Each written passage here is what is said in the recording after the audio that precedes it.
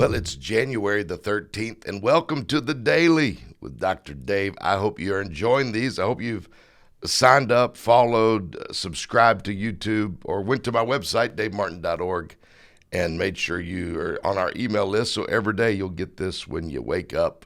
I'll be there for you, waiting for you. Let's make today a great day. Let's make this a great year. The Daily. Friedrich Nietzsche. He's a 19th century German philosopher. I'm sure you've heard of him.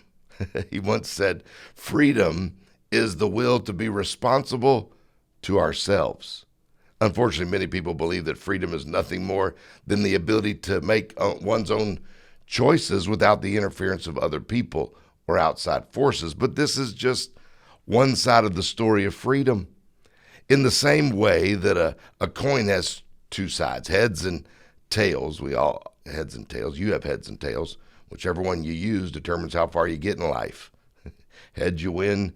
If you sit on your tail all day, you'll lose. But anyway, freedom also has two sides. In the same way that a coin must be engraved on both sides in order to be considered a legal tender, a person must supply both dimensions of freedom in order to be truly free.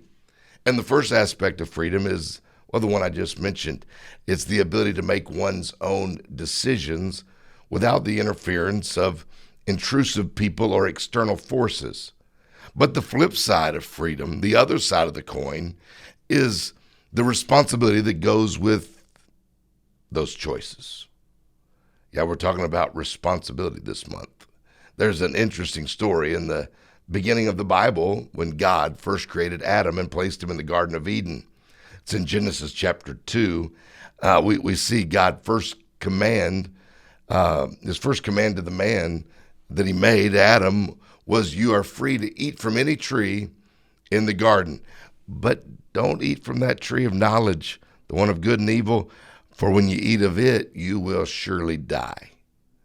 It's an amazing thing for God to say to man, especially when you consider that this was God's first directive to the human race. God gave Adam a free will and the freedom of choice, and God gave Adam a wide range of options.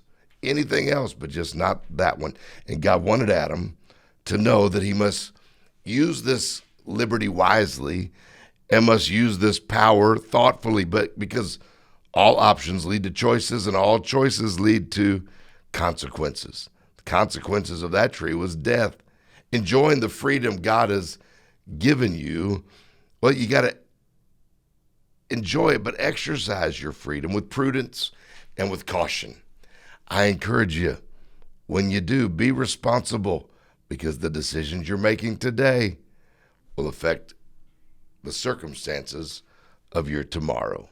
This is The Daily with Dr. Dave.